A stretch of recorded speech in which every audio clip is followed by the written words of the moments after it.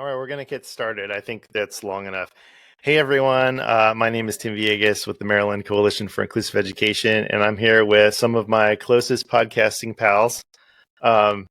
We a few weeks ago, we were talking about how we could support the broader community of the broader educational community, and we have a little group called the Inclusive Pod Network. It's pretty informal. Anyone can join, and we've been meeting for over a year now, right, Diana? Yes, over a year. Yeah. And it just started off us trying to find other podcasters to support in the space of inclusive education, and so we got together and say, hey, what do you think about doing a live stream with everyone? And we're like, this is an awesome idea. And we've never done a live stream with this many people before. So here we are. We hope that you're watching. If you're watching live, great. We want to know that you're watching. Give us a like, send in a comment, let us know. And then if you're not watching live, just watch the recording and let us know what you think of what's going on. So here is our agenda. We have a number of podcasters, and I'm going to list them off and name the podcast or the organization that they're affiliated with. And each of us has a topic that is near and dear to our heart that we're going to be talking about, related to supporting the educational community and students with disabilities. And then, so everyone's going to have a chance to talk. If you have a question for one of the podcasters, one of us, please feel free to send us a question in the comments, and we'll try to answer it. But there will be time at the end of our live stream to answer all of your questions. So let me get my list here. We're going to start off with Ashley Barlow. And Ashley Barlow, you not only have a consulting company, but you also have the Collaborative IEP Podcast.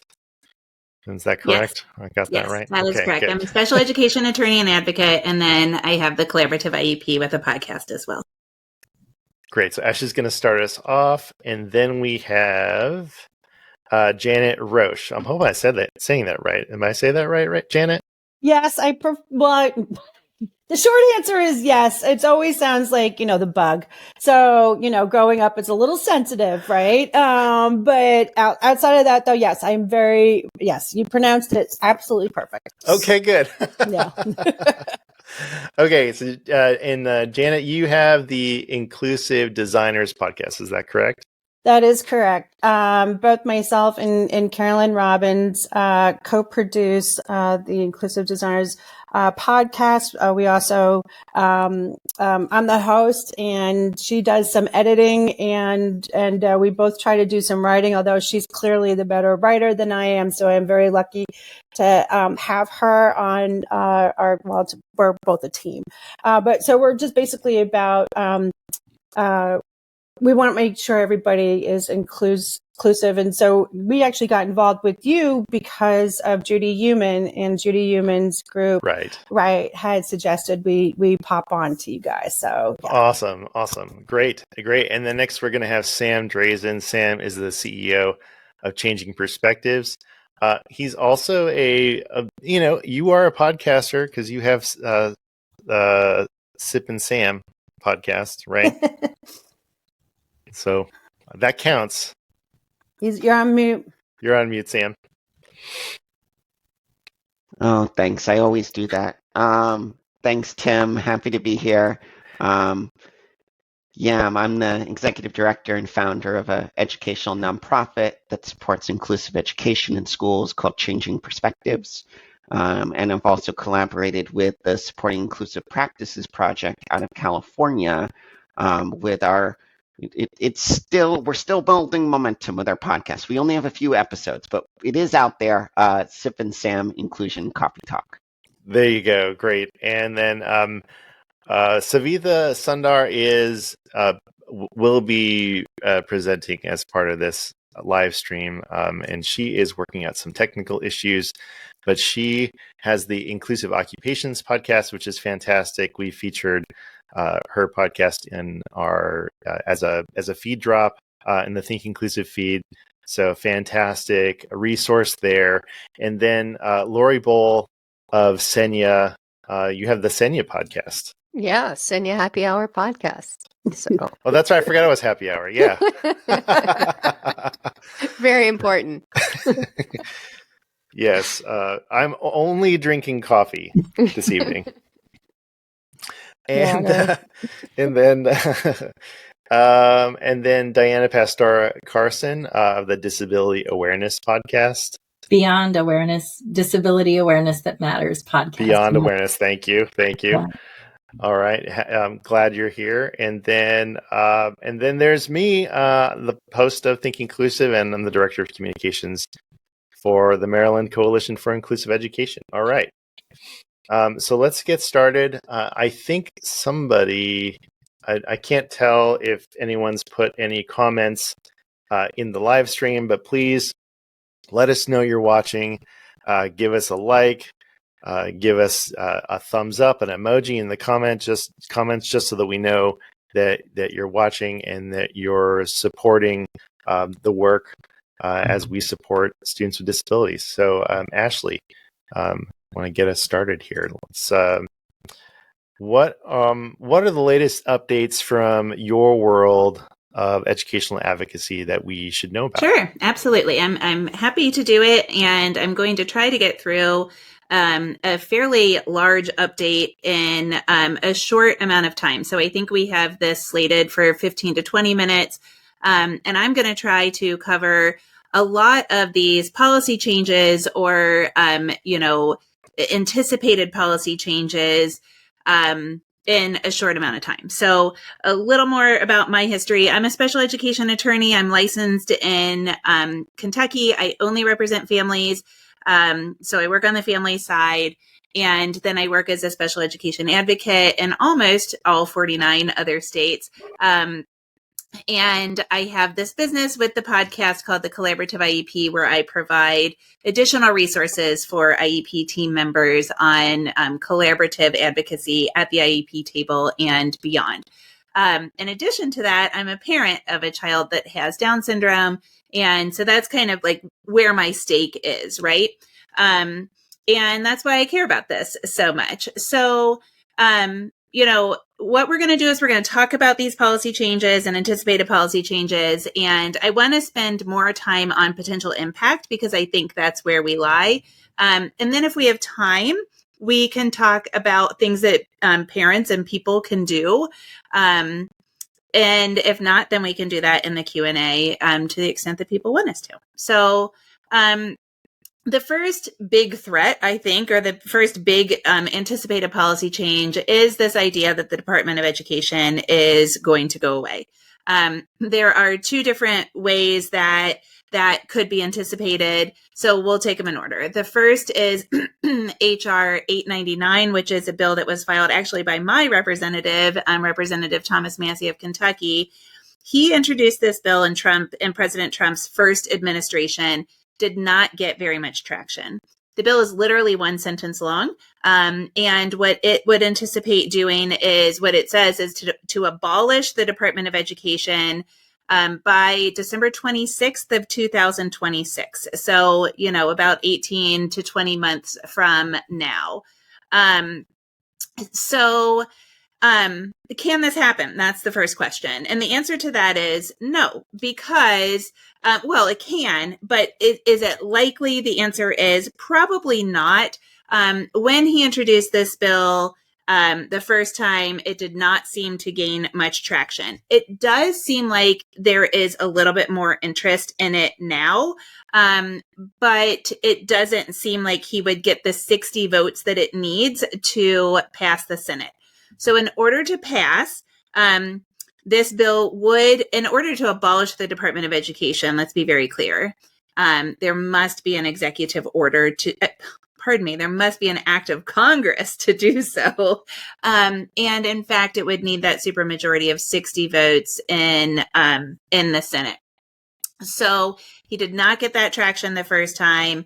There was a similar bill that made it through the House in this last administration, and it was voted against by every Democrat in the House, as well as by several members of the Republican Party. I think 60 members of the Republican Party. So that does not seem likely. We'll go ahead and talk a little bit about potential impact of eliminating the Department of Education and right now, and then we'll talk about the potential of an executive order with the same goal. So, I think it's important to understand what the Department of Ed does, and we're talking about the United States Department of Education. Generally, they administer funding, including grants and loans. So like Title I funding would come by way of, grants and loans. They enforce and oversee the implementation of federal laws. So they enforce federal education laws and civil rights protections. The Department of Education, for example, has the Office of Civil Rights, which is supposed to protect students from things like bullying and discrimination on the basis of disability.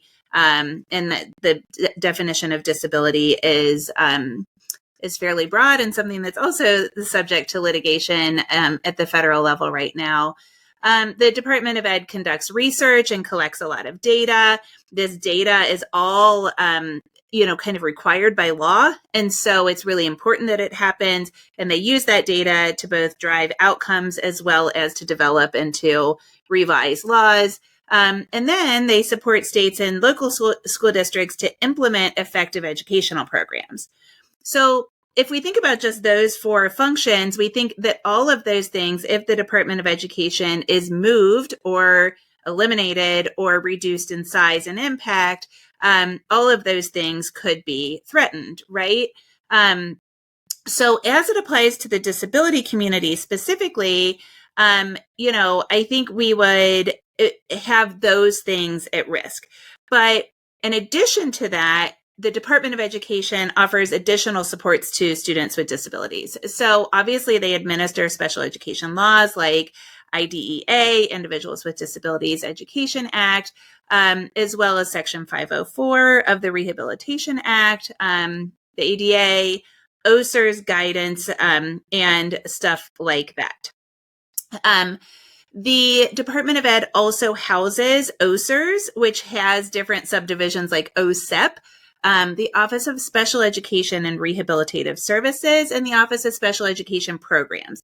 These two things become really important when we talk about the next threat to the reduction in size to the Department of Ed, because what these are two offices underneath the Department of Education that do a lot of things relative to the implementation of special education laws.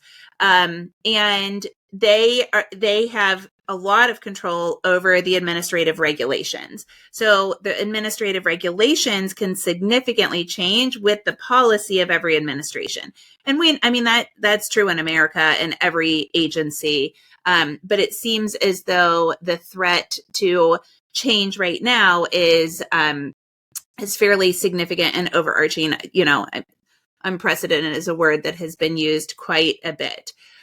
We get funding for special education through the Department of Education, through, grants and even straight to school districts, providing technical assistance, training for parents, training for teachers, that sort of thing, as well as monitoring and enforcement of laws. And that monitoring is directly in IDEA. Like, for example, Part B, Section 1412 and 1413 have a lot relative to that monitoring.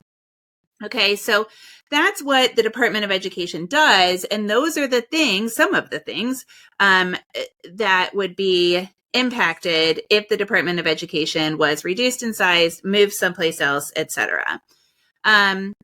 So the next threat to the department itself is that President Trump has alluded to the fact that he is preparing an executive order that would eliminate the Department of Education. That cannot happen. the Department of Ed cannot be eliminated by executive orders. So, we've seen all kinds of executive orders come out, and there cannot be one that's similar that says the Department of Ed is going to go away on this particular date with these particular rules. But the executive branch, the president's office, can do a lot to impact the Department of Education. And we have seen some of that. We've seen significant changes because of policy changes that he's made within the Department of Education. So one is controlling funding and staffing. And we saw that last Monday, the Department of Education, what was touted in the news, what President Trump was pretty proud to announce was that he reduced the amount of staff last Monday by 50%.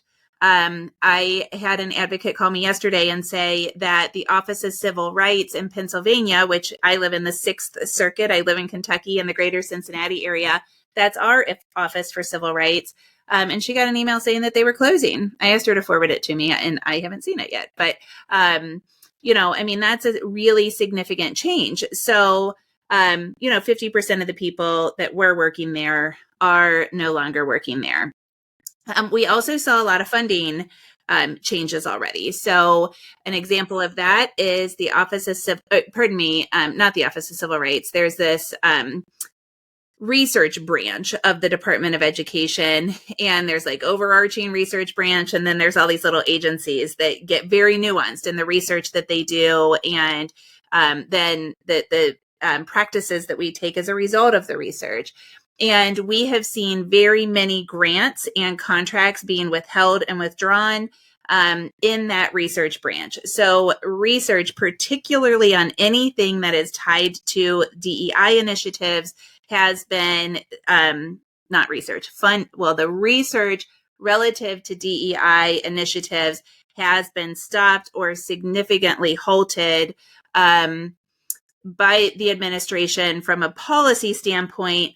No more funding, no more contracts. And so we're seeing that happens. Obviously, these kinds of changes, reduction in staffing, reduction in funding, can involve a loss of data-driven decision-making, right? Because if we don't have the data, then we can't make decisions on it, which means that Congress isn't going to know what their return on investment is. Congress spends over $2 billion on education, and they are going to have no idea what the return on investment is relative to that. Obviously, we won't know as much about best practice if we aren't getting the research, reduced early intervention services, decreased accountability and oversight, limited understanding on the return on investment. We won't know as much about workforce trends that impact students with disabilities that are transition aged and outcomes after transition. We won't know as much about innovation, right? Which could then impact our ability to compete against other countries like Finland, Singapore, Canada, schools with, better outcomes. And we aren't going to be able to fill those gaps in research because, we aren't going to be researching as much. In addition to that, the way that funding works, the way the formulas work, states that are traditionally underfunded, or at least are currently underfunded, are most likely to get less funding. So in essence, the poor are going to get poorer. And there are many states that don't get, nearly as much as what they need, and they rely on this. I'm speaking at a press conference tomorrow with Kentucky's lieutenant governor. And, part of my notes indicate that some districts rely on up to 30%, up to 50% actually of federal funds in order to operate their departments of ed. If that money is significantly reduced, gosh, that's a large chunk of their budget,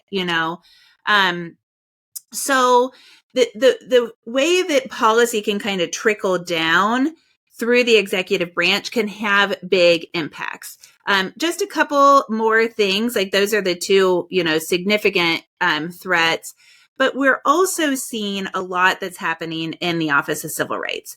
So the Office of Civil Rights what it's designed to do, it's within the Department of Education. And what the Office of Civil Rights is supposed to do is to provide protections against students that are subjected to discrimination on the basis of their disability. And, this includes bullying, and it includes retaliation, and a lot of different things, right? OCR complaints have been a pretty popular tool that special education attorneys and advocates have used over the years in order to make sure that kids are getting what they deserve at school.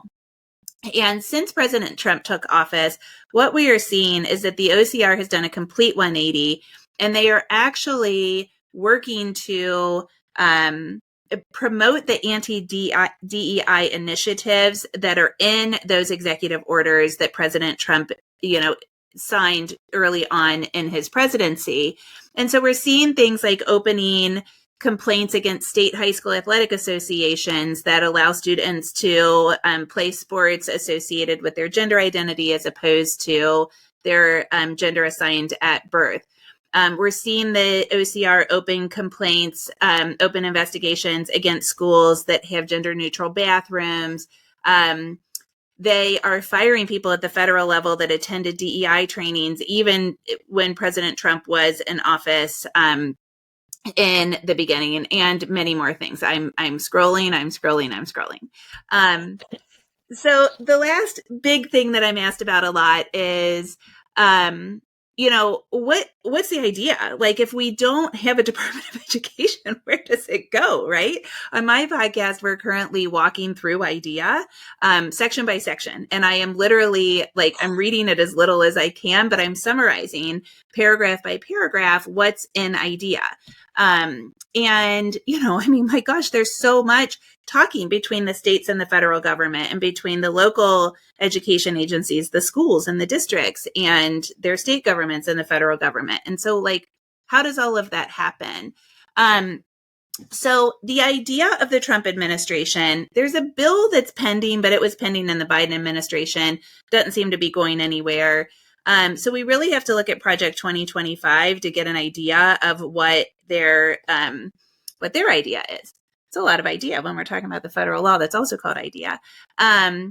So what the supposition is that the Office of Civil Rights would move to the Department of Justice, the United States Department of Justice, not within, any other agency, but the DOJ, like the one that we're used to thinking about.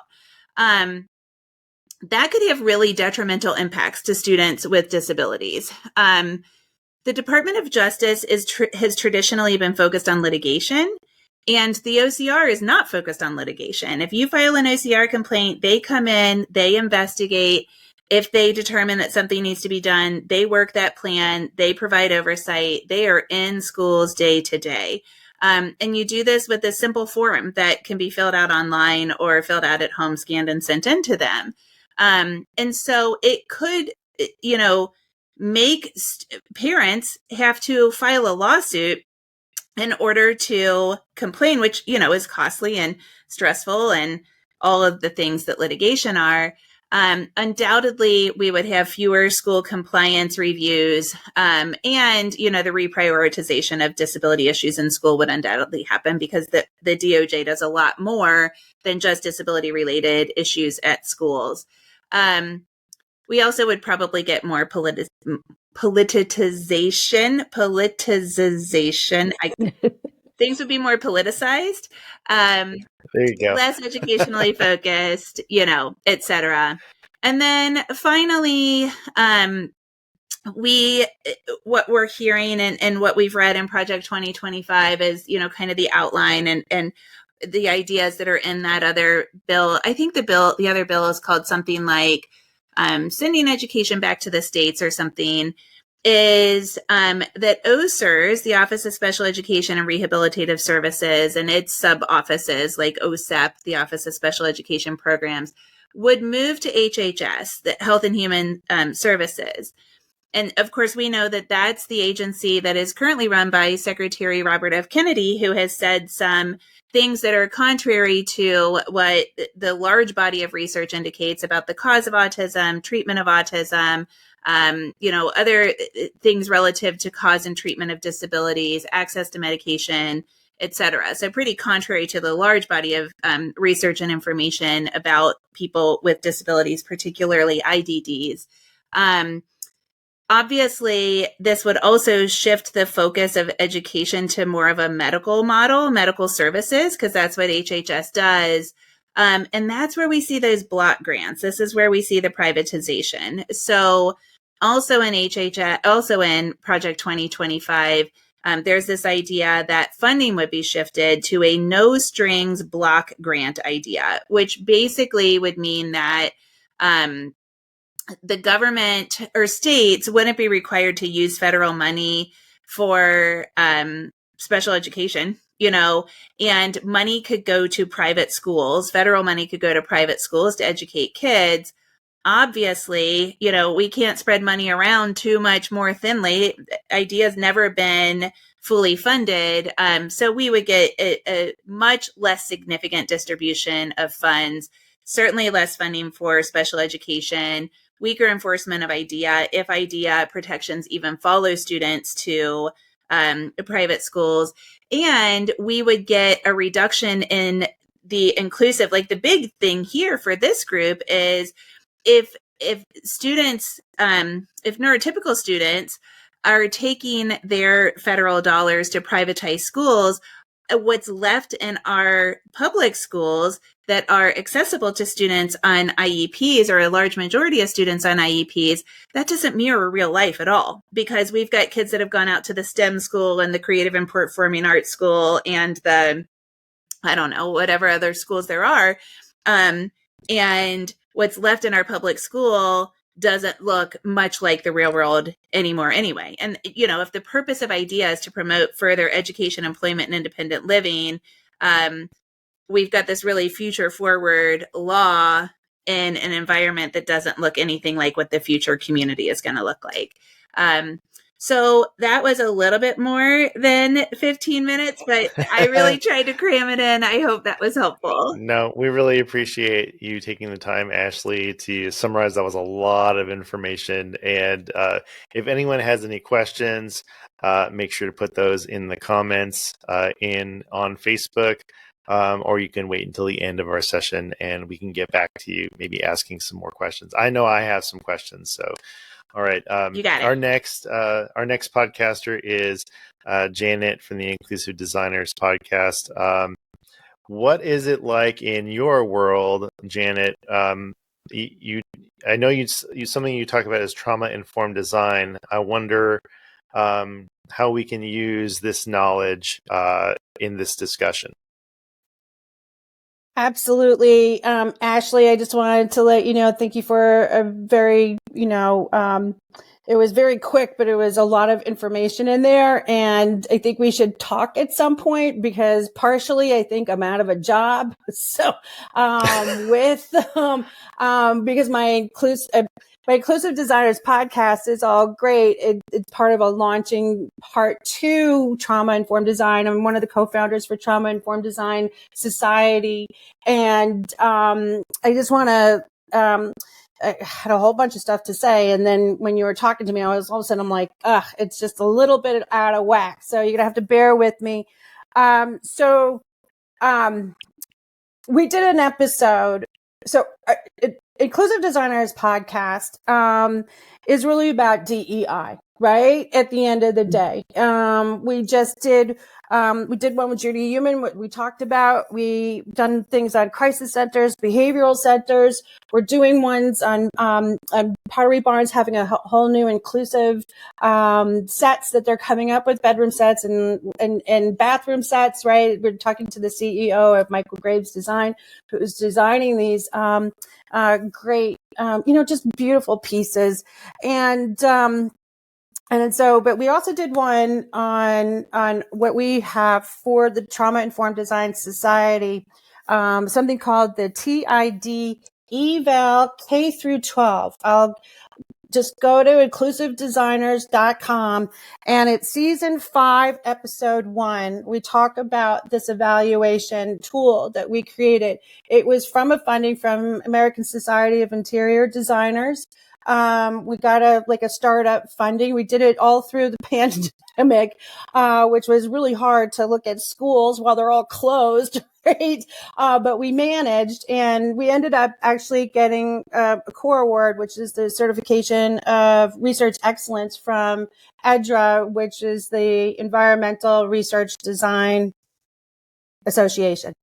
And so I think that you guys would be, you would be really interested in, learning more about that. And if you go to TID Society, you can find the tool there, and it's all electronic now. But there's ways to look at it. And to your point, we're trying to always do more research to further the cause so that, we can let people know that it's real. And then how is it real? Well, I'll tell you, there is 90% of all human beings have had some sort of trauma in their lives. It's very common, especially kids who have had disability issues, right? There's a real problem, with trauma in that. So what do we do as trauma-informed designers? So trauma-informed design is about integrating principles of trauma-informed care, as originally established by the Substance and Mental Health Services Administration, otherwise known as SAMHSA. And we're continuing evolving. And it is about design, but it's understanding the principles of SAMHSA, of what they understand as trauma. And that's how we came about our own piece. I'm just going to plug my book. I just got my new book out. So it's called Trauma Informed Design. Yay! It's out on Amazon, or you could go to TID society.com to look for the book.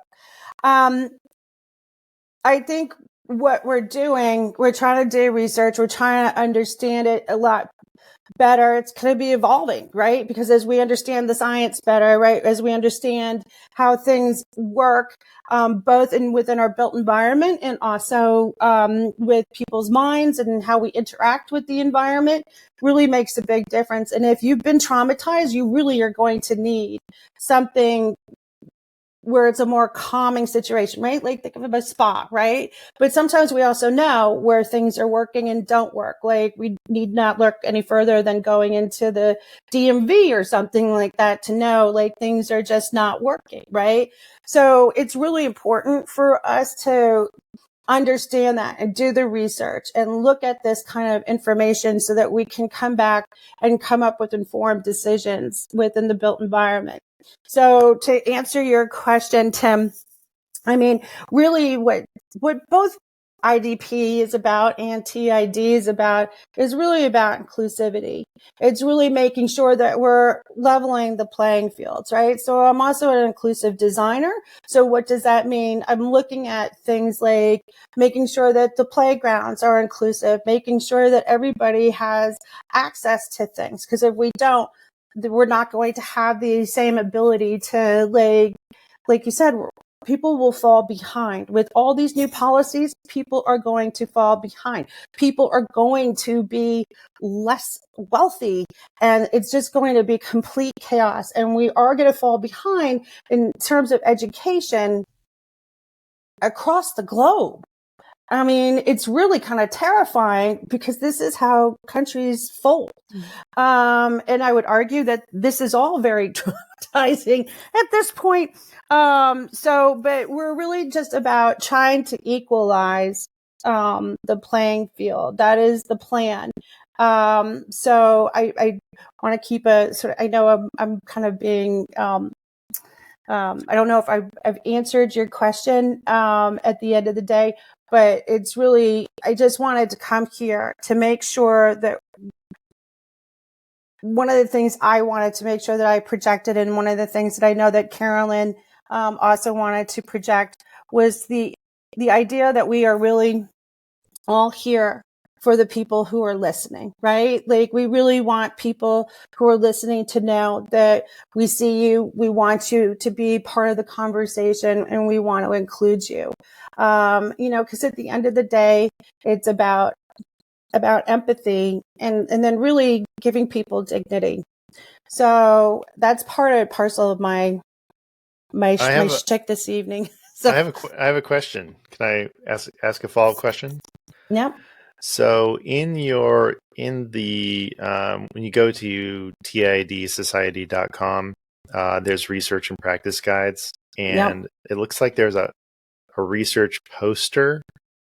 Yeah, we did that for the American Neurological and ANFA Foundation of Architecture, something like that. They're American Society of Interior Designers Foundation.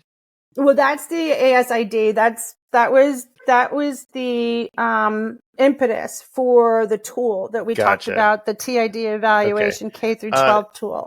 I want to share this because let me see if I can do this right. Let me see. Here we go. Right. So I want to share this poster because I've never seen this before, and I've never seen this connection between design and regulation or dysregulation for students.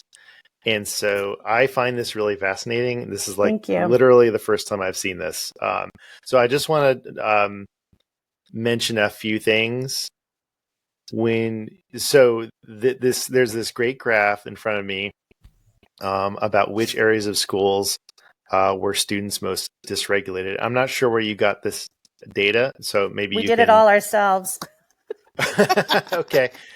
But it looks so like the highest areas of dysregulation would be like hallways and classrooms, cafeterias.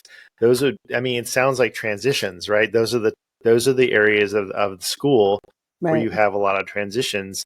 And then what elements of the school design were determined most crucial, and then you have like kind of a word wall essentially of things that are important in design. And so this is really helpful, and I think that our audience, our collective audience of people interested in inclusive education would find this very fascinating. So I did put this link, the TID Society, in the Facebook comments, and then when we produce this as an episode, or y'all produce it as an episode, you can make sure to include that. So yeah, we usually do. We include all the resources and references and stuff like that. Yeah, that's great. That's parcel.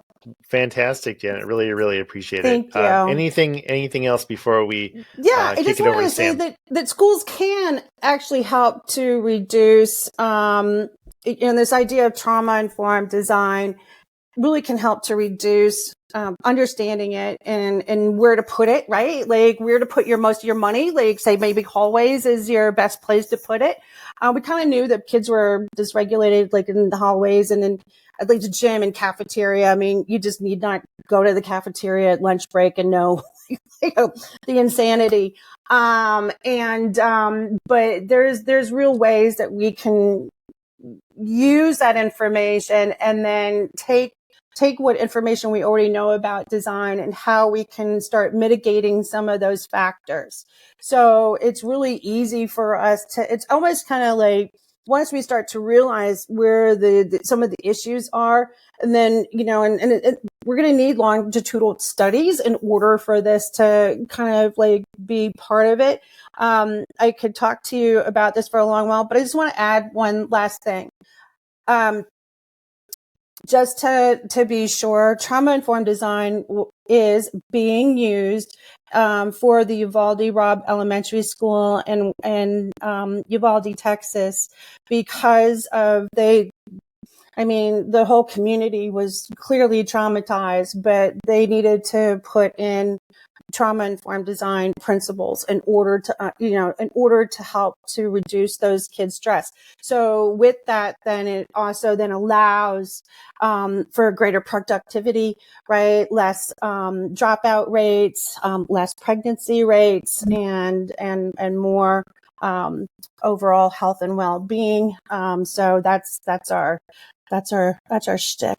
So thank you for allowing us to go. Yeah, of course. So, yeah, Janet, thank you so much for contributing to the live stream with this information. Thank you. Great. And then if you have a question for Janet or any of our other podcasters, make sure you put it in the comment section of the live stream. And then follow up with us after if you are watching the recording. Okay. Sam, I've got a question for you, Sam. So I know with your work with changing perspectives, how concerned are you about the administration's anti-DEI stance? Like, where do you think this will impact learners with disabilities? Thanks for your question. I could probably go on and on for about an hour just on this question. And I think Ashley and Janet have already alluded to this. I am very concerned, very, very concerned. It's really easy, I think, to get kind of confused as just a general person in the public about, all the policies and the conversation and the white noise. But at the end of the day, from my perspective, as someone who is a student who had an IEP, as a former classroom teacher who supported students with disabilities, as someone who supports hundreds of schools annually across the country in creating inclusive environments for students with disabilities, this at the end of the day is going to hurt our students. So let me go into a little more information and unpack that. So first of all, I think one of the things I've noticed with the way in which the news and the administration is rolling out this anti-DEI work is that they're very hesitant to even say the words diversity, equity, and inclusion. It's much easier to be anti-something if you're not even saying what it is, and you're just listing 3 letters in a row. And so I think it's important that first and foremost, people recognize and define and name what is diversity.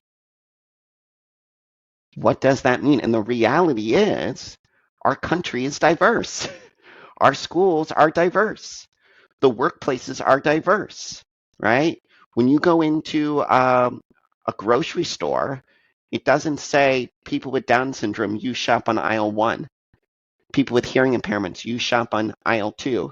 People who are neurodiverse, you shop on aisle 3, right? And so to set up our students, both with and without disabilities, in our schools to be successful out in society, we have to ensure that our schools are a microcosm of society, which is diverse. So when I think about diversity, I'm sure we could all spend time talking about our own definitions, but I think about diversity as the presence of differences. Whatever those differences are, right? Disability, race, gender, socioeconomic, religious, ethnic. And the reality is that no one person identifies as just one of those components, right? So I like to think about it. We've talked about this when I've been on your podcast before, Tim. It's like we're all made up of an identity puzzle. So each of us is made up of puzzle pieces, and each piece of our puzzle is a component of our identity, right? Now, for students with disabilities, one piece of their identity is their disability. And what I'm seeing with this initiative to end DEI and the recent, I don't know how else to say it, but almost like witch hunt for DEI programs. When the Department of Education put out their End DEI portal, they're pretty much saying, we don't care about your identity. And when we strip human beings of their identity, disability being one, we are slowly dissolving who we are as people. Right? We are being forced to and or call out those who are saying, hi, I'm Sam. I have a hearing impairment. I need an IEP, right? We're saying, oh, you can't say that anymore. So we're stripping people of components of their identity as a way to eliminate or minimize this sense of diversity, this presence of difference, and naming it and celebrating it, right? When we think about equity, right, the E for equity, we're talking about what are the actions that we take to ensure that we are providing just, impartial, and fair opportunities for all. Right? So that's an action. So we have diversity, we're naming it, and they want to take that away. They're actively saying that we want to take it away by launching something called an NDEI portal where people can go and submit and report, right? So then when we get to equity, right, we're saying, well, actually, we're not going to make things equitable anymore, right? And again, Ashley hit the nail on the head earlier when she said a lot of what these policies, and Ashley, if I'm quoting you wrong, let me know, but a lot of the policies, the trickle-down effect is moving from where we've started to inch towards a social model of disability back 50, 60 years to a medical model of disability. And then when we think about inclusion, right? Inclusion is the outcome. Lori just heard me talk a lot about this quote at the Senia conference last week, but I love this quote by Verna Myers that says, diversity is being invited to the party, inclusion is being asked to dance. Right? So we're saying, okay, we're actually going to strip you of your identity. We're going to make disability something that is now viewed as ableistic, as medical model. We're going to eliminate opportunities to create equity, which is a key part of IDEA with least restrictive environment and IEP. And now what we're going to say is, well, we actually don't even really care if we are creating a welcoming environment, right? Like the teacher in Iowa who had the "You are all welcome" sign in her classroom, who was asked to take it down because that is perceived as an opinion. So I think where we have lost so much, what I would say, basic empathy and understanding, is the fact that this isn't, from my perspective, this isn't a political issue anymore. This is really human rights. This is civil rights. DEI, diversity, equity, and inclusion, does not just help those with disabilities. It does not just help those who are a part of the LGBTQ plus community, right? This is everybody. This is universal at its core. Again, we all have an identity puzzle. We all have that puzzle. And we all need different things to be successful when it comes to equity and inclusion. So that's kind of just like my rant to make sure we all even understand what we're talking about. And I would really encourage folks, when you're talking with people and they're just saying DEI, DEI, DEI, I would challenge people. Do you know what it means? How do you define diversity? How do you define equity? How do you define inclusion? Why would you want to, in a school, in a neighborhood, in your HOA, wherever, in your church, in your synagogue, doesn't matter, in your sports team, why would you want to take that away? All that does is move us again from a social model of disability, not that we were ever fully there, but it's swinging us back to a medical model. It's moving us back to that ableistic mindset in which we view disability as something that is wrong. We view disability as a deficit to our system, right? It's when I hear, Linda McMahon say that, oh, we want to give kids an option to leave bad schools and go to good schools. Well, why? First of all, I don't know how we define a bad school and a good school. But second of all, why are we not just investing time, resources, and energy to lift up the schools that are struggling in some way, rather than just abandoning them? Because it is, as I forget who mentioned it earlier, but it is going to create a segregation, right? We know that private schools aren't required to follow special education law. So students who require extensive support needs are most likely not going to those schools. And so now what we're going to do is go back to more of an institutionalized model where we have these public schools that are serving our lower income students and our students with disabilities, and every other student is going someplace else. So I think there are huge impacts economically, academically, emotionally, socially, you name it. I think that's probably my 10 minutes. I didn't even get to talk about a few other things, but hopefully that answers your question. Thank you, Sam.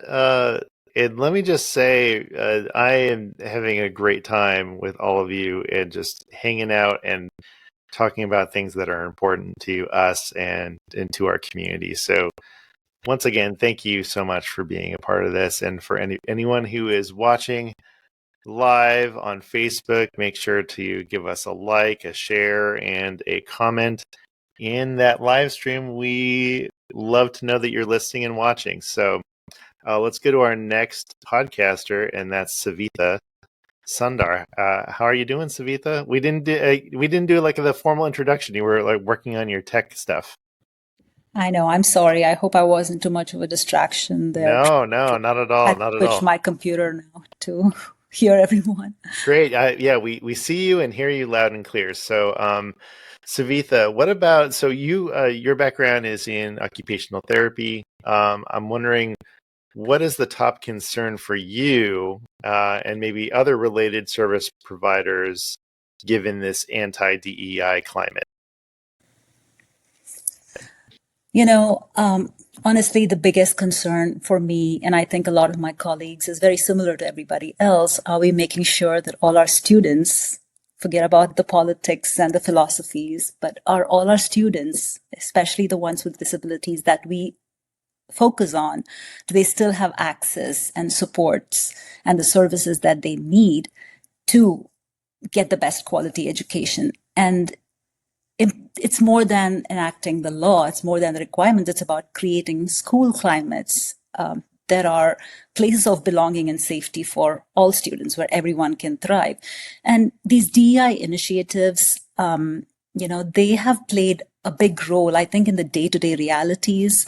The way we interpret the law, right, is only when the school has an inclusive culture. Then the way you interpret it is different. So some of the ways that it spans out in everyday practices is access to technology, availability of resources. So funding is there for adaptive equipment, for adaptive seating, for alternative communication systems, training for teachers, general education teachers. There's been so much of a gain that we've received, we have made in teachers realizing the importance of inclusion. And that requires training, and the funding for all of those obviously is impacted right now. And the other thing that really stands out to me is the LRE. We know how LRE is subjectively interpreted in different parts, right? And the same goes with related services too. When least restrictive environment, what's least restrictive in one state is not least restrictive in another state. Same related services are services that are required for a student to be able to benefit from special education. That's the wording of the law, and that's just as ambiguous. So who determines what is required is always left to subjective interpretation. So without these DEI initiatives, we lose a lot of that intentionality. We lose the push to ask, are we being equitable? Okay. And is the culture, it's not just the law itself, it's about the school culture, the district's priorities, and even the therapist's perspectives. Those are all based on the awareness of inclusion and awareness of the benefits of inclusion and the intentional way we have made it happen so far. So, because if we don't ask these questions, whether we're being equitable, whether we're serving all students, the status quo tends to favor what's easiest and not what's best for kids, usually. Finally, I think the biggest concern for me is the backsliding, just as Janet talked about. We may go backwards. Educators, researchers, advocates have spent years pushing for inclusion and for more evidence-based practices to become policies and that help all students. And right now we are at risk of undoing that progress. So that's really a big concern for me. And without that intentional push for equity, I think the system doesn't just stay the same. It gets worse. And that's what worries me the most. So, but at the same time, I also want to stay hopeful. At this time, our service delivery is equitable. Not always, right? So I think it's the spirit that we need to uphold and stay hopeful. And I think related service providers, educators, families, they'll have to keep fighting the battle. And more than the politics, it's about our kids, right? And that's why we have to keep speaking up and pushing forward and making sure the schools are better for everyone. I wanted to jump in here because I think Ashley had a point that she wanted to clarify about anti-DEI and IDEA implementation. So did you have something that you wanted to say there, Ashley? Well, yeah, I mean, I think what you just said at the end of that, Savitha, is really important. It's about, so what you said about like the spirit of it. So just to be super duper clear, these anti-DEI initiatives, we're seeing impact the work of the Office of Civil Rights right now. But funding for IDEA is staying the same. And that's what experts have anticipated. I am not a funding expert, but that's what experts anticipated would happen. So all the proposals, all the budget proposals to date have been status quo for at least Part B of IDEA. So that's good news. But and then also inclusion, when we think about it at schools, is really least restrictive environment, right? So that is funded and implemented by IDEA. Those two things are not currently technically being threatened. But I think like this discussion, I just want to make sure this discussion is that everybody, our listeners, understand, because I know we understand, but I just want to make really sure to our listeners that they understand that this is more about the spirit of the policies and the other funds that come in that help promote inclusive practice. So, there's funds by way of grants and projects and research and other things that promote inclusion, but actual IDEA funding and the implementation of IDEA should stay the same. Mentalities are undoubtedly changing, and that's where we see this regression come in. Okay, I know it's a little nuanced, but I just didn't want to confuse people with the discussion that I started. Thanks, Ashley. I know this is not something that has materialized yet at this point, and I know these funding nothing's changed in terms of IDEA. It's going to be a different department probably taking over the implementation of the law. My concern is that oftentimes when parents always feel like they have to fight for related services, they have to fight for what they think is fair for their kids, and will their voices be heard at all anymore? Is the Office of Civil Rights open to looking into their grievances? How is this going to be? Is prioritizing inclusion going to be seen as a bad thing by communities that don't care about, if you don't have a child or an individual with a disability, if you don't have a personal relationship with somebody with a disability, you really don't understand what's going on. And then the support for inclusion, it'll just validate some of the older beliefs that people have, that a lot of funding is going into special education and it's not fair when the majority of the students are suffering. But the thing is, when you give the funding to special education, you are inadvertently supporting the whole community, bringing those supports to the entire community. And I think it's also a call for action for us. As related services, our model is very medical. We're still working on remediating deficits with our students.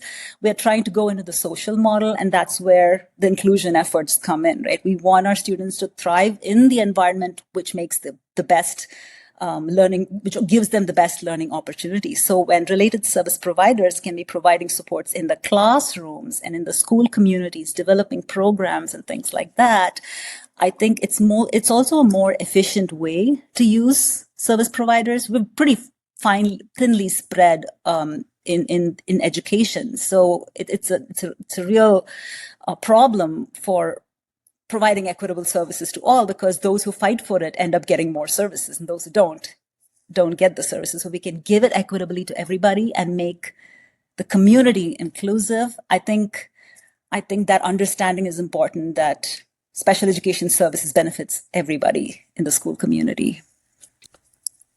That's a great point, Savitha. Thank you so much. Yeah, special education. Yeah, I think there is this misconception that special education, quote unquote, special education funds are only for students with disabilities.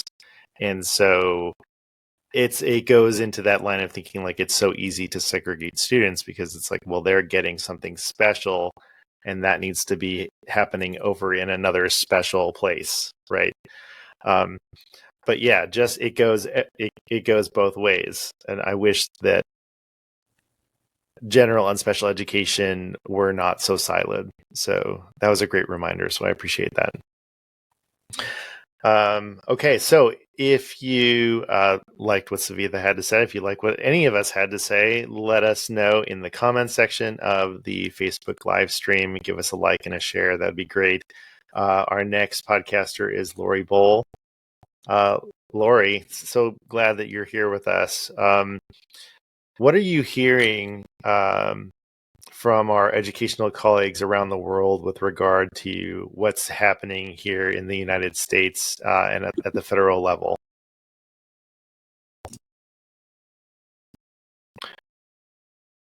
You're muted.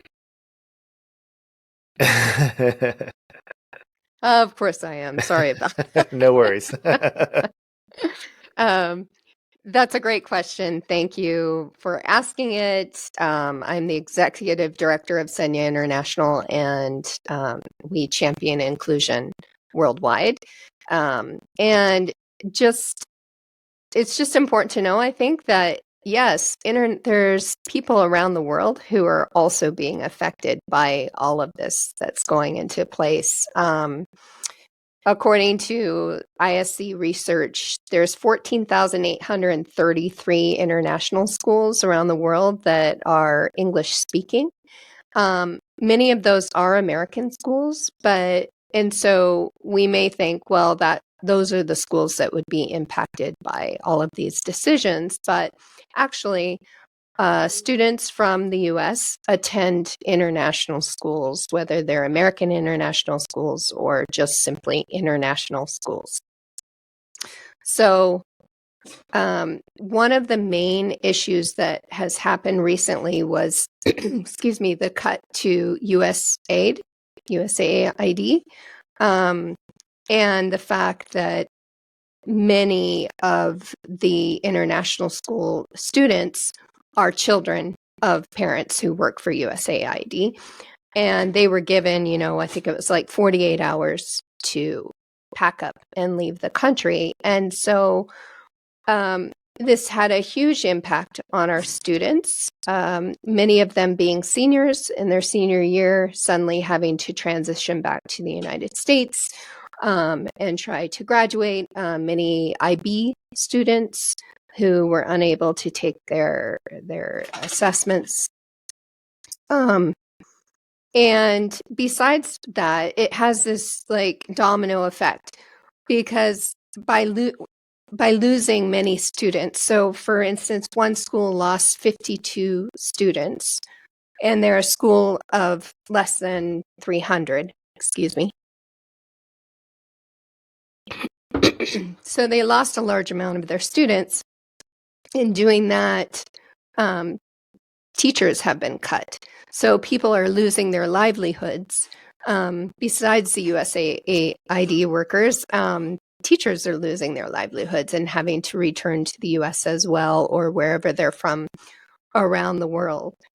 But one of the bigger impacts has been the effect on the what is called the life-centered education programs, the higher support needs programs around schools, because when these schools have lost so much funding due to the students leaving and therefore lost tuition, oftentimes these are the programs that are the first to go.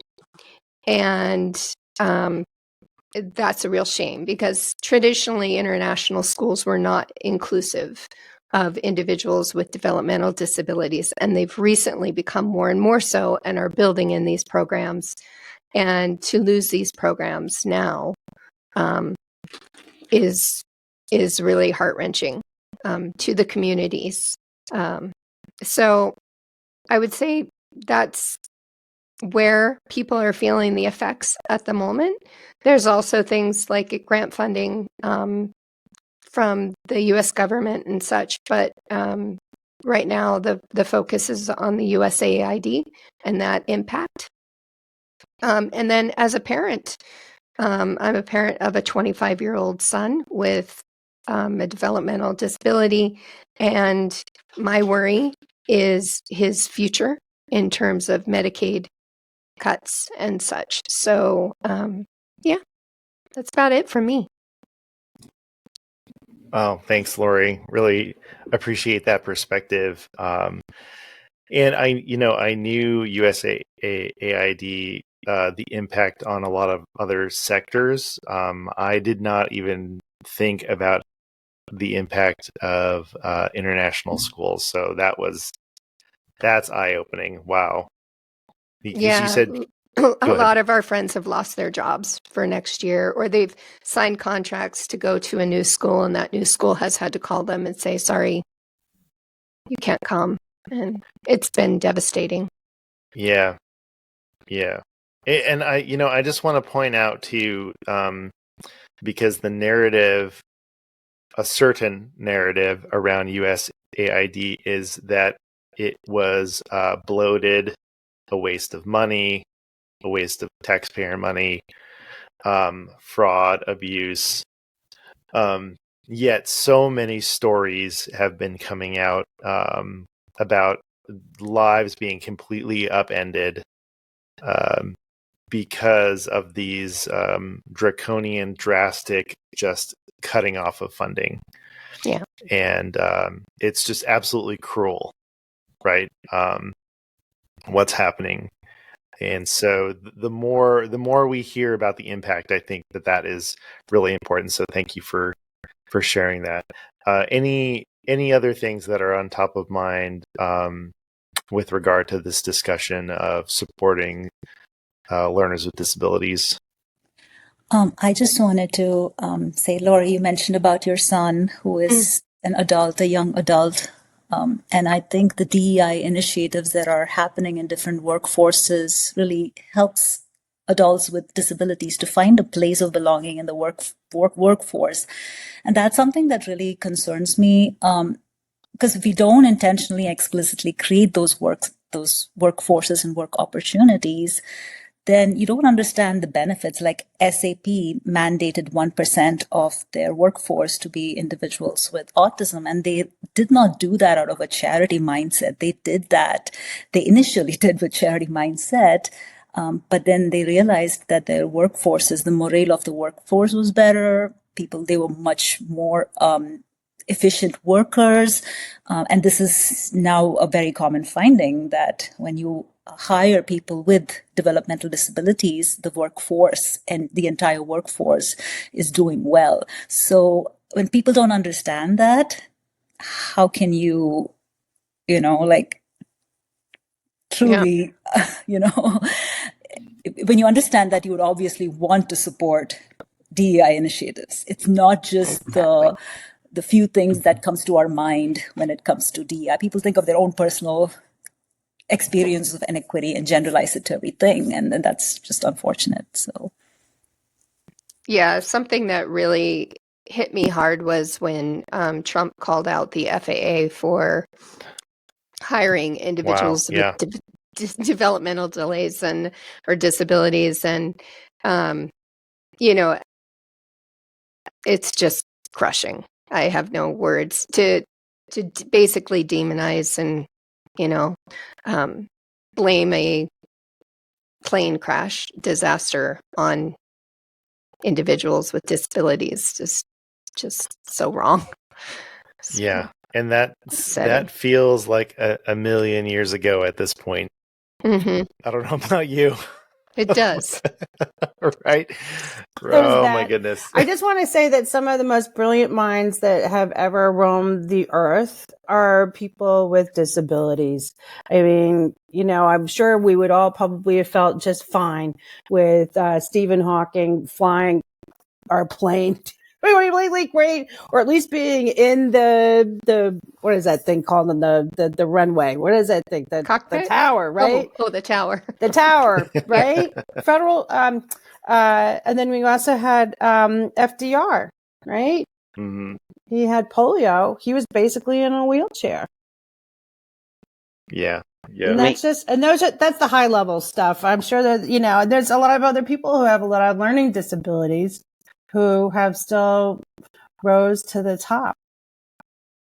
It makes me think of, as Lori was speaking, just like a reminder that I think, so much of what's happening is, we're all responding based on our own lived experiences, and everyone here this evening lives in the United States, but really a reminder that disability is the largest minority in the whole world, right? Like, disability is not something that's just isolated to the United States. It's not something that's just isolated to K-12 schools, right? As Lori shared about her son and Savitha piggybacked off of that, like, disability is all ages, all states, all countries. So that was something that came to mind as a reminder. And the other piece that I always like to think about is this idea that awareness is the foundation for empathy. And so as we start to see this elimination of opportunity and value add of diversity, which is creating opportunities to build awareness of differences, what we do as a trickle down is we start to slowly, and we're seeing it happen now, we start to slowly see a decrease in empathy, right? If, there's the whole saying, like, ignorance is bliss. Well, ignorance isn't bliss. Ignorance is scary. When we are ignorant about something, when we don't understand why someone acts a certain way or speaks a certain way or communicates a certain way or perceives the world in a certain way, that's when we see this with our politicians, right? That's when they act in these ways that are ableistic. That's when they act in ways that are disrespectful and intolerant, etc. So for our own sense of like humanity and empathy as a species, it's so imperative that we provide opportunities and we celebrate and we acknowledge and we strengthen building awareness of those differences globally. Right. And I just want to let our listeners know that Musk had basically called empathy a disease. I don't know if it was last week or the week before. As Tim said, it's a little hard to keep up these days. So anyways, I'll shut up now. No, I appreciate your thoughts, Janet and Sam. Let's turn to Diana. Diana, you, I hope I got this right. You are involved with teacher prep. Is that right? Not so specifically anymore, but I have a background in that. Yes. Okay. And I can speak to that a little bit. Okay. So, and feel free to adjust the answer. I'm really, so, we've all been talking about like how the changes in focus with the Trump administration, how it's really affected our world. So why don't we start there? How has it really affected your work, especially with this anti-DEI stance? So I am an educator at a university level. I co-teach a course called Disability and Society, and I also am a retired elementary educator. So I'll speak from those perspectives. Has it changed what I do at the, let's just say at the university level or the elementary level? Even though I'm retired, I still have a lot of connections and colleagues there. And I know what I would be doing if I still was in the classroom at the elementary level. So to answer the question, am I changing anything in my approach in light of the administration's stance against DEI or diversity, equity, and inclusion? And I'll add access and I'll add belonging as well. No, No. I mean, other than looking over my shoulder to wonder if somebody's going to turn me into that website that Sam mentioned, no. Inclusionists, to borrow or steal your term, Tim, inclusionists will always be inclusive. It's who we are. It's not something that we do. It's not a performative thing. It is who we are at our very core. So in my role as a college educator, I haven't seen us doing anything different from an administrative level. Nobody's given us orders to stop doing what we're doing. We still are working on creating safe spaces where everyone belongs and where everyone has their access needs met. Just last week, we had a disability pride celebration on campus that many of my students went out to, and I posted pictures on social media of that. We are still having other pride celebrations on campus as well. We're still teaching in universally designed ways, designing our classroom and our content for access. We're still working within the realm of inclusionary practices. As far as teacher prep, I have not seen or heard of any changes at my university so far. I think in California, in general, and I hope elsewhere, and I know of many other programs in other states, in general, our teacher prep programs at universities are committed to ensuring access for all students. And we pass that pedagogy on to other students, to teacher prep students, right? I think that now it's important that we are also sharing with newer educators that may not have tenure. I think it would be wise to instruct them to be as inclusive as possible without drawing attention to their inclusive practices if they happen to be in a school or a district that is acquiescing to the administration's DEI stance. But certainly not to not be inclusive, right? Just be a little subversive about it so that you don't get fired. In my role, and I don't know if subversive is the right term to use, but just be strategic, be careful. In my role as an elementary educator, which I'm, as I said, now retired from, if I had tenure, I would still be 100% committed to inclusion of all students. I'd still be doing the same things. I would treat all my students the way that I did before, ensuring that they have an environment that facilitates that sense of belonging for all of them, continuing to have beyond awareness celebrations, which is a big deal, at my previous school and at other schools that I support in doing these kinds of celebrations. I'm attending one in a couple of weeks at my former school.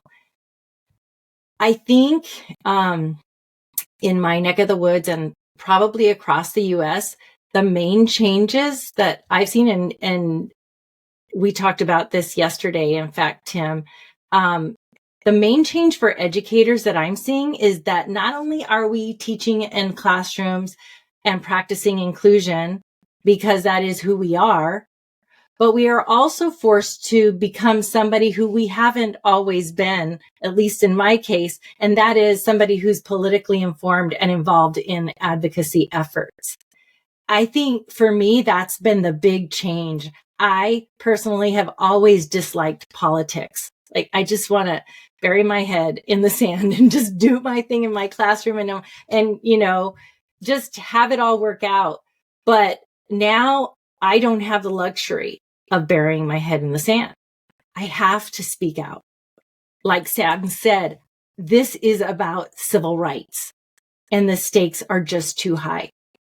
So some of the things that I'm doing now that I didn't necessarily do very much before, and trying to do these things and creating a balance so that I can maintain my mental health as well.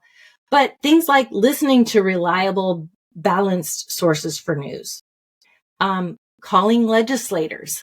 I've been using 5calls.org with success because it's super easy. And I've been speaking out on social media as well as in person with family and friends, and being sure to always amplify disabled voices when doing so. So I say, have I changed anything in terms of what I do as an educator? No. Am I more cautious? Yes. Am I more involved? Absolutely. Amazing. Thank you so much. That was brilliant. Oh, thanks, Tim. I think one of the takeaways that I heard is that you are more involved, right, with speaking out, and I feel like that's been my experience too, especially with the first Trump administration. I feel like we were all kind of a lot of people were in shock, number one. And so we were all just kind of trying to hold on. And with this round, it feels so different. I don't know. I mean, we could talk about that. We could talk about how strong of, especially in the educational space, how strong the ripples have been across, not just disability, not just special education, but education in general and public schools. There's so many aspects of our existence that are threatened as educators. And so, like what you said, Diana and Sam, and what everyone has been saying, is that we do not have the luxury of sitting on our hands and going, well, let's just wait and see, because that is exactly what has been told to me when I've had, and this is Tim talking, a citizen and a father, and and a family, with family members, is, well, we'll wait and see, and that's not okay. I can't wait and see.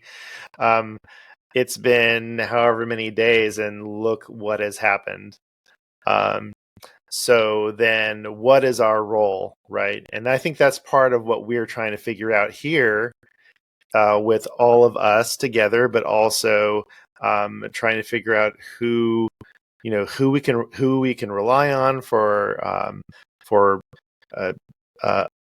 information that's reliable. Who can we trust as thought partners and organizing partners, to move inclusive practices forward, and then also just to support people who whose lives have been upended because of decisions that have been made with this administration. So, and what I'm hearing from everyone who is involved in this work is like, tell me what to do, right? Tell me where to sign up. Like, where are the marches? Like, where do we go? And so, and I don't know the answer to those questions. So please, if you're watching and listening to this, and you have those strengths in organizing and community organizing, I think that you have a lot of people that will be behind you. And we want to be part of the solution here. But yeah, we don't have the luxury of just waiting and seeing. And then I also want to bring up something that I think it was Ashley you talked about at the beginning about funding, and how Part B in IDEA is said to be like off the table, like they're not going to touch it. But there are other parts of IDEA, right? So there's early childhood, which I believe is C, right? And then there's D, which is all the discretionary grants. and hopefully I'm saying that right because I am not an expert at this, but especially with this continuing resolution that just happened or that's happening, I think that while it is being messaged that Part B is fine, right? It's also, they're also not saying the other parts are fine as well. And so I think that there is a lot of risk right now on funding being moved around. And I think there's very little other than, contacting legislatures, contacting our, state, our state government and saying, let's say everything goes to block grants. How are you, state government, going to ensure the rights of students with disabilities? Because if everything goes back to the states, well, not that it was already at the state.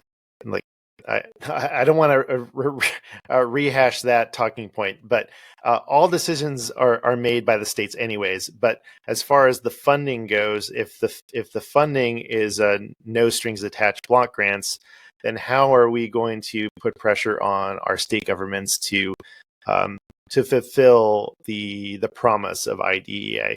So those are all things that I think that are really important. And another thing that I brought up with you, Diana, because we just recorded a podcast episode together that I hadn't thought of, and I'd love any of your takes on this, is, with this idea of school choice, which really means private school vouchers, and the potential of families who typically their students or children are educated in public schools.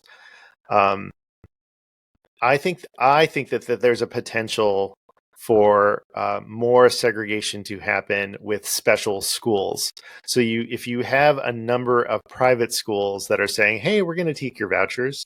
We'll take your vouchers. It's not special education vouchers or whatever, but it's like, if we're going to this voucher system, I think that the potential of creating special schools where special schools take vouchers for students that would normally go to a school to support students with disabilities, I think that is a very real danger. I don't know. I haven't heard anyone talk about it, but I am just kind of looking down the road and thinking that I think that is that's a potential. That's a big red flag for me. Well, I don't know what you think about that, Ashley. Yeah, I definitely think that too. I used to be licensed in Ohio, and I still do a lot of advocacy work in Ohio. Ohio has scholarships that are disability specific. They've got an autism scholarship, and they've got another one that students with disabilities can take to specialized schools and or to private schools. And so, you see some parochial schools, some other private schools in Ohio that have started to do a good job, like an honestly good job for students with disabilities. But there are so many other pitfalls to voucher systems. And the one is that it's a complete threat to inclusivity, right? So most of those schools are specialized. Some of them are inclusive in nature, but most of them are specialized where, they're they're educating students that are significantly impacted by autism, or students that are, wicked smart, twice exceptional, and, like wicked smart and also have autism. It's time to give somebody some medicine. And somebody else will do it. And it is, and, so there's this risk of, disaffecting special education.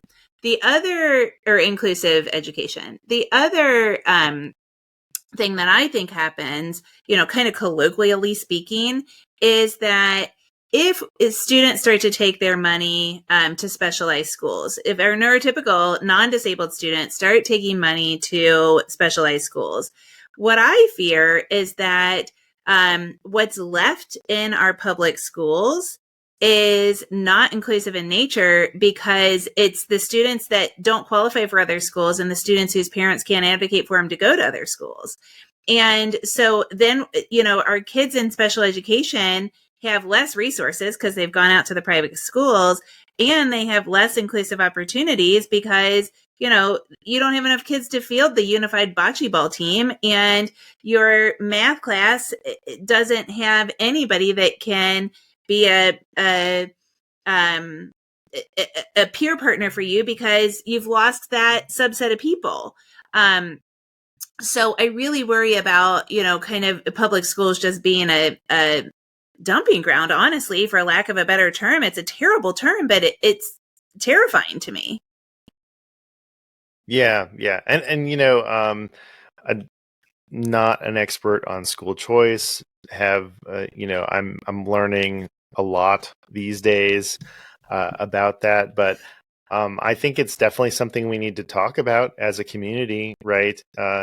Because it is a stated goal of this administration, like absolutely stated.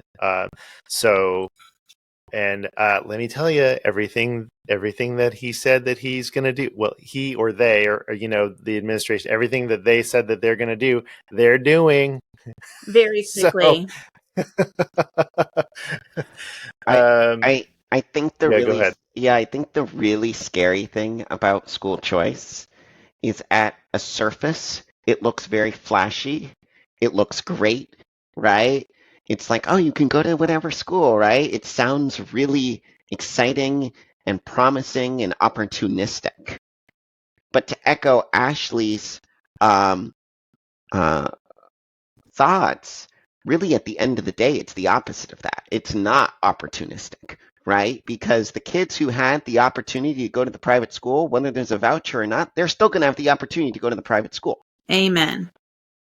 And it really does start to, again, disintegrate the fabric of this diversity and inclusion, and it starts to create a lot more homogeneous environments that are going to elevate opportunity of a few and limit opportunity for many. Tim, I wanted to touch on something else that you talked about a minute ago, because as we were finishing up with Diana's comments, you kind of talked about, like, what do we do? And I do have a list of things about what to do. And there's a little discussion happening online about the 5 Calls app. And it sounds like a lot of people know about 5 Calls, which is great. And I love Diana's. I am anti-app, and I loved that you said that it's actually like a .com or a .org, because I'm like, oh, I downloaded the app. So that's another little hot tip. But I realized really early on in the administration that I was advising clients differently. So in my law practice, I have a really collaborative, having been a teacher and being a parent, and actually broke my back when I was a kid, so I would qualify for a 504 plan in school. And so, I see, and I'm a mediator, I see things through the lens of many different people at the IEP table. And so I have this really collaborative approach, and I don't file due process very often. But since January, I have advised clients really differently for a lot of different reasons. So one thing is, with the OCR changing its scope so significantly, I've had a couple of cases that I honestly probably would have filed OCR complaints on, that I just, I'm telling clients, well, we could, but it's going to be a waste of time and therefore a waste of your money, because I don't think the OCR is going to take it up. And in fact, I don't know that it's going to go anywhere. So I think, that's one thing that is something different. Another thing is, and Tim, you were kind of alluding to this, like state governments, the state departments of ed need to know what we're experiencing in schools. And so I have actually filed, or I haven't filed, but I have sent to school districts, here's a state complaint that I will file. And I am going to start to file more of them, because I think our state departments of education need to be more hyper aware of what's going on, so that A, they know how to plan for it, and B, when they talk to the federal government, they can say, hey, we need your help. We need your funding for anti-bullying campaigns and for these things that the OCR used to do, these DEI kind of initiatives, as well as just enforcement of our disability-specific laws. But the other thing that I want to say from a collaborative standpoint, and I would like not be true to myself if I didn't say this at some point here, is now more than ever, it is vitally important that IEP teams have good communication and good collaboration. So if your IEP team is full of that negative kind of conflict that's destructive, now's the time to turn it around. And, you know, I fully believe that conflict can be ideological. It must be ideological. That yields productive and effective change. So now's the time to do that. And there's all kinds of resources out there to help you do it. I've got these other wonderful colleagues here on this podcast have them as well. There are some that are federally funded, you know, like the TIE Center. It's not funded anymore, but the TIE Center has all kinds of wonderful resources. And, you know, there's books on just organizational leadership and teamwork that can be really, really impactful on IEP teams. So now's the time to really like dive into those local relationships, at least to protect your children. And then if you can impact more systemic change with folks like your hosts tonight, then join us. Awesome. Well, I think we're almost done, and I think now would be a good time for us to like take a collective deep breath, like and you know, blow out all the negativity, and then why don't we end with either something that like a celebration, something that you're looking forward to, something really amazing that you saw or heard or read, and we can just end on a high note. What do you think? Does that sound like a good idea? Okay, so I'm gonna call everyone out. I'm gonna start with Savitha because you're my top left. Okay, and then it'll be Ashley. So Savitha, sorry, you're first. Well, you know, to end this on a positive note, I feel like anytime some trouble comes in our life, it's a wake-up call for us to reassess things, to reevaluate. I think whatever is happening in the education department and the DEI, anti-DEI initiatives is really waking up a lot of people to speak up. So people who didn't know about DEI are now going to learn about DEI. People who had misunderstandings about DEI are going to be more educated about DEI and more educated about what IDEA does. People who don't know the expansion of IDEA are going to now learn about what IDEA is. And so many of this is happening on a positive note. At the same time, it's also a wake-up call for the times when I've worked in 3 different states and multiple school districts as an OT, as an itinerant person, and I've seen not everybody's very responsible about their resources. So this is a call for us to look into how are we using our resources. If you only had so much, how can you put them to best use? So when we come out of this crisis, hopefully we'll be stronger and wiser in the way we use our resources and the way we understand equity and the best ways to create an equitable community. So I'm going to see this as a positive, as a good opportunity, a wake-up call. Amazing. Thank you, Savitha. I really appreciate that. Okay, Ashley and then Diana. Yeah, I think the thing to celebrate for me, like the thing that has brought me the most joy and excitement is the impact of grassroots advocacy. So we saw that in that Texas versus Becerra, parenthetically now Kennedy case, absolutely, where the disability community, you know, really rallied and said, hey, this is what 504 did. And both the plaintiffs and the defendant, by way of joint motion, said, hey, can we have a timeout here and can we pause? Now, it's kind of a good bad because the reason they want to pause is because the anti-DEI executive orders actually do what they wanted their whole lawsuit to do. But we saw them say, like explicitly in the paperwork, oh, and by the way, disability community, we didn't actually want to make 504 unconstitutional, which is unequivocally wrong. There's the heading is 504 is unconstitutional. But that tells us that they listen to us. So when we rally and when we use our voices, they listen. And so I think that's exciting. And I just really want to empower people to continue to make those calls and to be public. I do think there's so much that is too much of a good thing, right? But not by way of calling legislators and getting word out to the decision makers. Thank you, Ashley. Okay, Diana, and then Lori. You're on mute.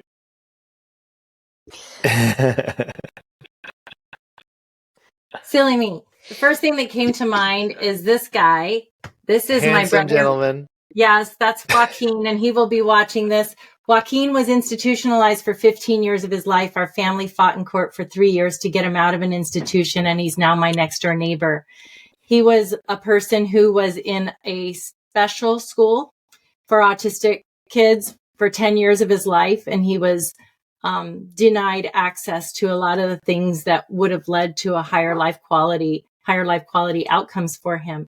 And so I think I just am so thankful, like as we're talking about this and hearing everybody's expertise and everybody's stories and everybody's passion, I think of Joaquin and I'm so grateful. I have so much gratitude for the journey that we have had together, and for all of you who are part of Team Joaquin, so to speak, and the team, USA and team, all of us inclusionists. So thank you. Thank you, Diana. Okay, Lori, and then Janet. Yeah, well, I am celebrating the fact that I just got home from Cambodia, and where our organization held a conference, and we had 430 educators from 33 countries attend our Belonging and Beyond conference. And that's just an important and exciting because our organization was, as you mentioned earlier, grassroots for advocacy. And, our conferences early on consisted of 8 or 10 people. And we sold out this time. I think that if we hadn't been short on space, we would have had at least 100 more people there. So the drive to be inclusive internationally at international schools is high. And as a bonus, we had Mr. Sam Drazin as our keynote speaker. And I'm quite impressed because I am super jet lagged and can barely function. And yet Sam is always eloquent as ever today. So Thank you, Lori. Okay, Janet, and then Sam. Am I on mute? Oh, that was lovely. Well, on our Inclusive Designers podcast, we say stay well and stay well informed. And I think we do need to stay well informed by listening to the voices that are here, who are trying to amplify correctly what DEI stands for. So please listen to everybody that's here. And then if you have your own inclusive podcast or just want to be part of the inclusive, great, please come join us. We need to have more voices. We want to have more voices. We're inclusive. I know that sounds silly, but we are. And I just want to also then add kind of adding to what even Diana just said. We came to this, we were planning on doing something kind of anyways as a group, but the time seemed right and the time was important. And, and what better way to support our schools here and understand the kind of needs that we need in terms of inclusion and that conversation. So I really implore that all of our listeners today really start to think about, again, kind of what they can do to support the inclusive community. And, it's super important right now. And to Ashley's point, I think that will be the coming out of the ashes, right? Like, I think that's the other part, right? Like I think as an inclusive person, I think I'm hopeful. most of the time, even though I can really get pissed off at things, but I think that that's my passion. And I think there's opportunities here. Like I think maybe then Lori said that it really does allow us to then rebuild maybe the way that we always wanted to have it rebuilt. That's the hope. All right, fantastic. Sam. Oh boy, it's rough being last. I was jealous Savita got to go first. Well, I am coming off of, just to kind of echo what Lori said, such an inspiring week last week in Cambodia at Senya's conference. It was a great week to actually be out of the country and on the other side of the world and be celebrating belonging and inclusion with others from so many other places. I think if I had to put a positive spin on this, which is a struggle, I would say I think in times of adversity, we come together as a stronger, unified front. One of the things that I've noticed over the last decade or so is that there have been more and more nonprofits formed, individuals, podcasts, movies, like the disability inclusion movement, I feel like has really taken off in the last, maybe 5 or 6 years. And so, and that's great and it's super exciting, but I think a lot of people have taken off kind of in silos.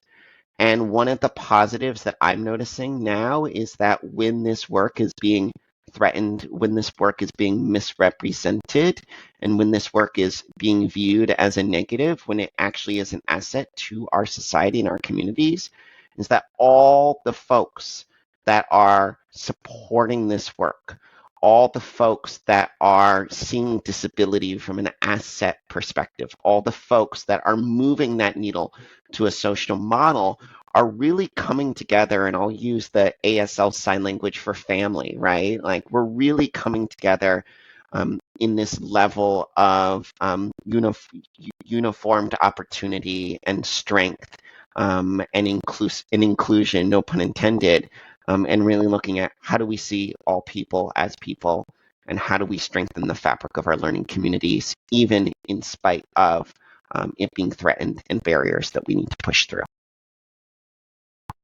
Thanks, Sam. Sam, yeah, no worries. You nailed it. Woo! Well, I am so privileged to spend time with each and every one of you, talking about things that matter. Inclusion matters, and all the people that joined us on live stream. I'm still a live stream novice, so I'm sure that there's a way for me to look at all the comments. I haven't figured it out, so thank you for all of your comments. And sorry we didn't get to some questions. I'm sure there are some questions. Before we go, I just wanted to remind everyone we are podcasters in a group called the Inclusive Pod Network. We've been around for over a year, meeting, very infrequently, trying to support each other in our podcasting journey.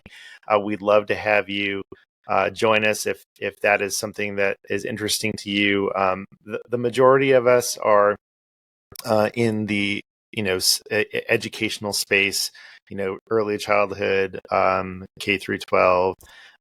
Space, looking to make inclusive schools and inclusion a reality for learners with disabilities. So if you have a podcast that is in that vein, please let us know. We'd love for you to join us in our meetings and just collaboration. So before I let everyone go, I want to take a group picture. Can we take a group picture? Yeah. Okay. All right, so I think I set it up. So everyone just look at their camera and smile. And I think we're good to go. Okay, here we go. Ready? 1, 2, 3. Let me see. Oh, yeah, you look great. You look great. All right. I'll share that. I'll share that on social. All right. From everyone at the Inclusive Pod Network and Think Inclusive and MCIE. Thank you so much for joining us tonight. We really appreciate it. And we will catch you all later. Now, all of you on Riverside, you stay where you are. I'm going to cut the live feed on Facebook, and then we'll debrief for just a few minutes. Does that sound good? Perfect. Okay. Let me know.